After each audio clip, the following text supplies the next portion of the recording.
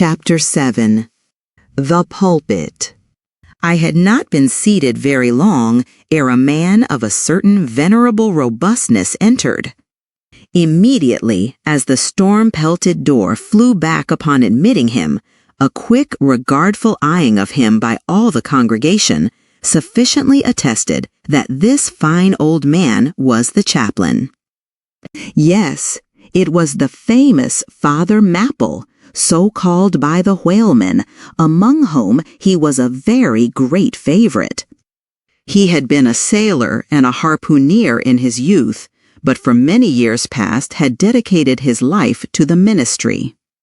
At the time I now write of, Father Mapple was in the hardy winter of a healthy old age. That sort of old age which seems merging into a second flowering youth, for, among all the fissures of his wrinkles, there shone certain mild gleams of a newly developing bloom, the spring verdure peeping forth even beneath February snow. No one, having previously heard his history, could for the first time behold Father Mapple without the utmost interest, because there were certain engrafted clerical peculiarities about him, imputable to that adventurous maritime life he had led. When he entered, I observed that he carried no umbrella, and certainly had not come in his carriage, for his tarpaulin hat ran down with melting sleet, and his great pilot cloth jacket seemed almost to drag him to the floor with the weight of the water it had absorbed. However, hat and coat and overshoes were one by one removed and hung up in a little space in an adjacent corner, when, arrayed in a decent suit, he quietly approached the pulpit. Like most old-fashioned pulpits, it was a very lofty one, and since a regular stairs to such a height would, by its long angle with the floor, seriously contrast the already small area of the chapel. The architect, it seemed, had wedged upon the hint of Father Mapple and finished the pulpit without a stairs, substituting a perpendicular side ladder, like those used in mounting a ship from a boat at sea. The wife of a whaling captain had provided the chapel with a handsome pair of red worsted man-ropes for this ladder, which, being itself nicely headed and stained with a mahogany color, the whole contrivance, considering what manner of chapel it was, seemed by no means in bad taste. Halting for an instant at the foot of the ladder, and with both hands grasping the ornamental knobs of the man-ropes, Father Mapple cast a look upwards, and then with a truly sailor-like but still reverential dexterity, hand over hand, mounted the steps as if ascending the main top of his vessel. The perpendicular parts of this side ladder, as is usually the case with swinging ones, were of cloth-covered rope, only the rounds were of wood, so that at every step there was a joint. At my first glimpse of the pulpit, it had not escaped me that, however convenient for a ship, these joints in the present instance seemed unnecessary.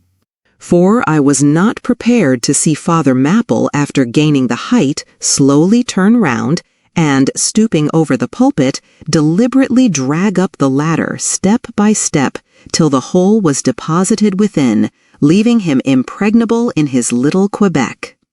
I pondered some time without fully comprehending the reason for this.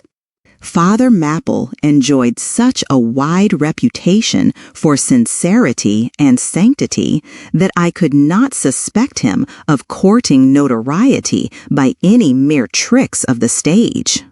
No, thought I, there must be some sober reason for this thing. Furthermore, it must symbolize something unseen. Can it be, then, that by that ease of physical isolation he signifies his spiritual withdrawal for the time from all outward worldly ties and connections?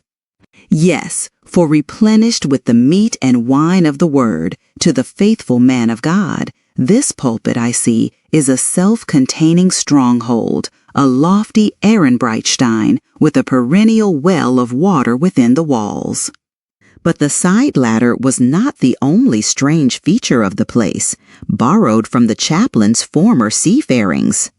Between the marble cenotaphs on either hand of the pulpit, the wall which formed its back was adorned with a large painting representing a gallant ship beating against a terrible storm off a lee coast of black rocks and snowy breakers.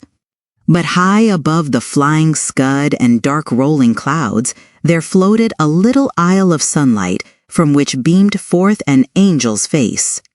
And this bright face shed a distinct spot of radiance upon the ship's tossed deck, something like that silver plate now inserted into the Victory's plank where Nelson fell.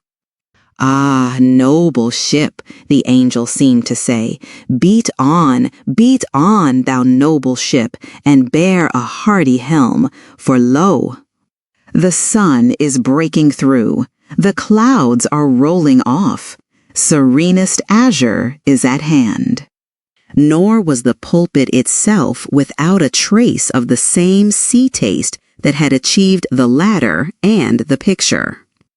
Its paneled front was in the likeness of a ship's bluff bows, and the Holy Bible rested on the projecting piece of scrollwork fashioned after a ship's fiddle-headed beak. What could be more full of meaning? For the pulpit is ever this earth's foremost part. All the rest comes in its rear. The pulpit leads the world. From thence it is the storm of God's quick wrath is first descried, and the bow must bear the earliest brunt. From thence it is the God of breezes fair or foul is first invoked. For favorable winds. Yes, the world's a ship on its passage out, and not a voyage complete, and the pulpit is its prow.